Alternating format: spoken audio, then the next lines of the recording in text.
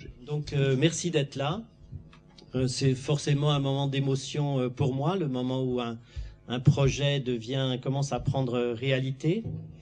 Remercier évidemment bien vivement le groupe projet, puisqu'il y a eu un groupe projet qui a organisé cette manifestation et qui a beaucoup travaillé. D'autant plus que, comme on vous l'a rappelé, le succès nous a obligés à changer de salle en cours de semaine, et c'était une décision difficile, qui a été un peu stressante, parce qu'effectivement on se demandait si ça n'allait pas perturber ceux qui étaient déjà programmés pour venir. Bien, donc merci d'être là, merci au groupe projet. Peut-être aussi en début vous faire part d'une citation qui m'est venue à l'esprit en réfléchissant sur l'histoire de cette création de la FAP, et en me demandant pourquoi je m'étais engagé, j'allais dire à nouveau dans cette galère, de la vie associative. Et ceux qui font l'expérience de la vie associative me comprendront. Alors il m'est venu une citation de Jean-Luc Godard, interviewé à la sortie de son film « Sauf qui peut, la vie », entre parenthèses, où Jean-Luc Godard disait « Je risque la mort de ce que je sais faire comme la seule chance de survie ». Alors qui sommes-nous?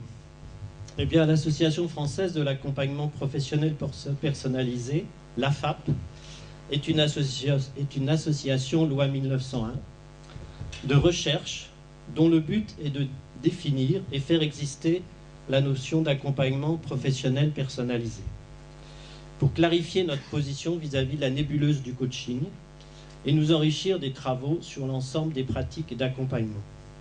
Il m'a paru important qu'aujourd'hui, compte tenu justement de toutes les acceptions du terme coaching, se crée une association de recherche qui explore la notion d'accompagnement. Deuxième objectif, faire connaître et promouvoir les méthodes et les pratiques de l'accompagnement professionnel personnalisé à travers ces divers champs de mise en œuvre, et je reviendrai dessus tout à l'heure. Et puis, bien sûr, je ne le rappellerai jamais assez, est un lieu de recherche-action, de confrontation, d'analyse critique, bref, de rencontres pour les professionnels de l'accompagnement en organisant des événements, et ce séminaire en est la manifestation. Les membres fondateurs de l'association sont des praticiens de l'accompagnement, ce sont des enseignants, des chercheurs, des formateurs, des consultants, des coachs, des managers, des responsables RH, des psychologues, des psychosociologues et des psychanalystes. Toutes ces personnes se rassemblent autour d'un projet qui est de développer une réflexion sur l'évolution des pratiques de l'accompagnement en référence à l'ensemble des sciences humaines et dans une perspective de reliance entre ces différentes disciplines. Je souhaite qu'il soit clairement compris que notre objectif n'est pas de créer une nouvelle association de professionnels avec un processus d'accréditation et un objectif de développement du marché de l'accompagnement. Je pense qu'aujourd'hui, il existe un certain nombre d'associations qui remplissent cet objectif et qui le font bien, qui travaillent dans ce sens. Nous situons notre démarche du côté du pouvoir pour et pas du côté du pouvoir contre. Alors, que proposons-nous? Je l'ai dit, notre objectif, et je le répète, est un lieu de recherche et de réflexion sur les différentes pratiques de l'accompagnement en nous référant de manière explicite à l'ensemble des sciences humaines et non pas à ces ersatz que sont disciplines que sont la philosophie, la psychologie, la psychosociologie, la sociologie clinique, l'analyse institutionnelle, l'analyse systémique et la psychanalyse. Et plus généralement, en fait, à l'ensemble des recherches visant à penser les articulations entre les notions d'individu, de groupe, d'organisation et d'institution. Nous pensons qu'il est temps, premièrement, d'une part, de contribuer à produire une réflexion théorique sur l'accompagnement professionnel personnalisé en nous intéressant aux recherches produites dans divers champs, qui ne seront pas exhaustifs, mais je pense au champ de la pédagogie et de l'accompagnement des adultes, car c'est un domaine en pleine évolution, notamment avec les démarches portfolio, qui mettent l'accent sur la capitalisation des acquis de l'expérience pour en dégager des savoirs d'action, sur l'histoire de vie de l'accompagné, mais surtout qui mettent l'apprenant et l'accompagnant dans une position de co-construction du savoir. Nous intéresser aussi aux recherches produites dans le champ des démarches de bilan de compétences, de VAE, etc. Et aussi, bien sûr, dans le champ de la souffrance au travail et des risques psychosociaux. À l'intérieur de ces champs, je pense que nous allons nous intéresser particulièrement à des dispositifs novateurs comme le dessin réflexif, l'autobiographie réflexive, la pratique du journal de l'accompagnement, etc. Deuxièmement, d'autre part, il importe pour nous de continuer notre travail de recherche sur la notion de praticien réflexif et congruent. J'en ai ébauché une conception dans 2 conférences réalisées dans le cadre de l'ASF Coach. Dans le premier texte, je définissais la réflexivité par le fait de se prendre soi-même comme objet de recherche, comme objet d'observation, à des fins d'analyse et de compréhension de nos actions. La réflexivité permet en effet une prise de distance à l'égard de l'expérience immédiate par l'intermédiaire du langage.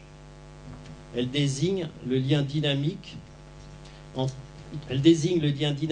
langage et pensée, entre pratique langagière située et activité cognitive. Je proposais, dans une perspective didactique, de situer la réflexivité du praticien en relation avec 3 types d'activités.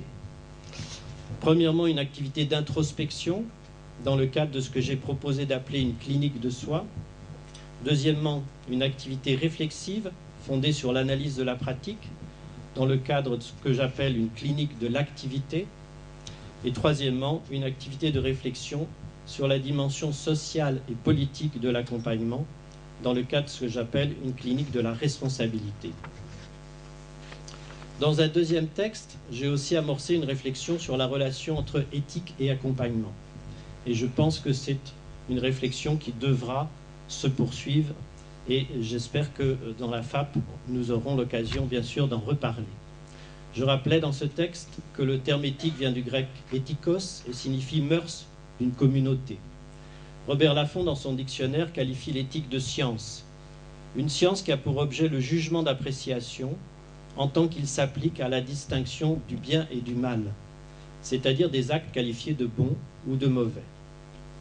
De manière plus générale, on dira que l'éthique est la résultante d'un jugement d'appréciation sur les actes qualifiés de bons ou mauvais. Si l'on s'en tient à cette première définition, on voit d'ailleurs que l'éthique ne peut être que le résultat d'une réflexion, d'un débat, d'une dispute, disaient les Grecs anciens, d'une confrontation de points de vue différents, car ce qui nous intéresse est du registre de l'éthique pratique. Pourquoi est-il nécessaire de continuer cette réflexion sur la dimension éthique de nos pratiques d'accompagnement? Si nous nous situons du côté des individus que nous accompagnons, nous pourrions évoquer rapidement les 6 raisons suivantes, qui bien sûr ne sont pas exhaustives. Premièrement, parce que nous sommes dans un contexte d'émergence du sujet, et pour ce qui nous occupe, du sujet au travail. Cette insistance nouvelle sur l'éthique va de pair avec l'importance attribuée à la personne, l'individu, le sujet devenu très largement point de référence, pivot, à partir duquel se lisent les rapports sociaux.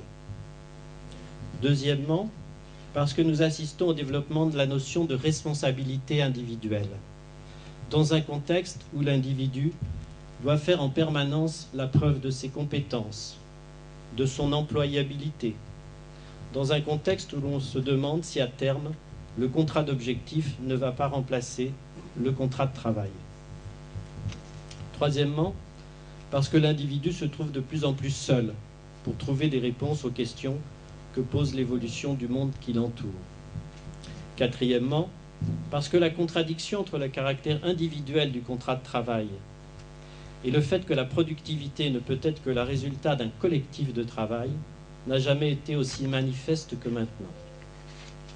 Cinquièmement, j'en ai bientôt fini, parce que les dirigeants, les managers, les cadres, les individus se voient assigner ou se donnent et acceptent des objectifs soi-disant négociés qu'ils savent inatteignables et que ces situations sont génératrices de stress, de souffrance au travail, dont même la presse est obligée de parler. J'avais voulu ajouter, je vais le faire en live, même la presse du gouvernement.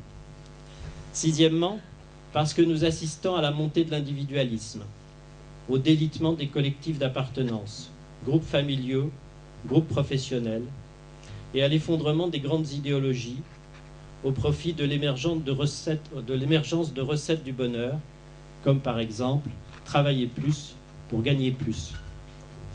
Bref, parce que nous sommes dans un contexte dans lequel l'individu se trouve dans une fragilisation déstructurante, dans laquelle il lui est nécessaire de solidifier sa personnalité afin d'être en mesure de pouvoir choisir parmi les nombreuses options proposées par la société.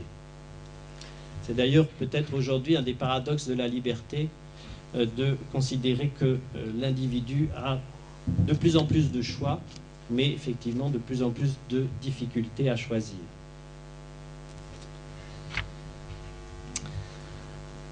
Alors, c'est pourquoi nous avons décidé de travailler en 2010, compte tenu de tout ce que je viens de dire, sur la question de l'accompagnement des processus de construction identitaire. Et ce premier séminaire va poser quelques bases de réflexion sur ce thème.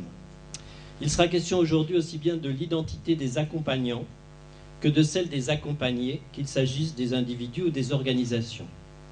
Je voudrais simplement ici situer quelques repères philosophico-pratiques. Premièrement, pour dire clairement que nous nous situons du côté de la liberté du sujet, en référence à la position de Jean-Paul Sartre, qui dans son livre « Qu'est-ce que la littérature ?» nous disait « Ce qui est important, ce n'est pas ce que l'on a fait de moi, mais ce que je fais de ce que l'on a fait de moi. » Et à sa reprise par Vincent de Goljac en 1987 dans son livre « La névrose de classe », où Vincent disait « L'individu est le produit d'une histoire dont il cherche à devenir le sujet ». D'ailleurs, dans la plaquette de présentation de la SF Coach que j'ai contribué à écrire en 2008, et cela d'ailleurs m'a valu quelques problèmes, je vais insister pour que soit écrite la phrase « La vocation du coach n'est en aucun cas de formater des individus, mais de contribuer au développement d'une personne libre et consciente de ses choix en relation avec son environnement. » Deuxièmement, en termes de repères philosophico-pratiques, deuxièmement, je voudrais dire que nous avons pleinement conscience du fait que cette liberté du sujet est une quête envisageable seulement pour celui qui découvre qu'il y a du possible et du réalisable par lui et avec les autres. Il a fallu attendre la fin du XVIe siècle pour que ce terme de sujet désigne non plus celui qui est soumis, subordonné, mais l'être individuel, la personne considérée comme le support d'une action. Il a fallu attendre le XVIIIe siècle avec Kant pour que le sujet soit défini comme un être pensant, considéré comme le siège de la connaissance.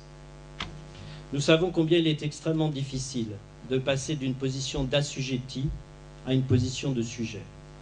J'en ai eu l'expérience encore récemment dans un accompagnement d'équipe dont les membres utilisaient le terme assujetti en parlant aussi bien de leur vie professionnelle que de leur vie personnelle. C'était un terme qui était rentré dans leur langage courant. Et ils disaient, on est assujetti à tel horaire, je suis assujetti au fait d'aller chercher mes enfants à telle heure à la sortie de l'école, etc. Donc voilà. Et effectivement, il y avait un grand chemin à faire pour qu'ils passent de cette position d'assujetti, dans laquelle ils étaient épanouis en tant que cadre, à une position de sujet.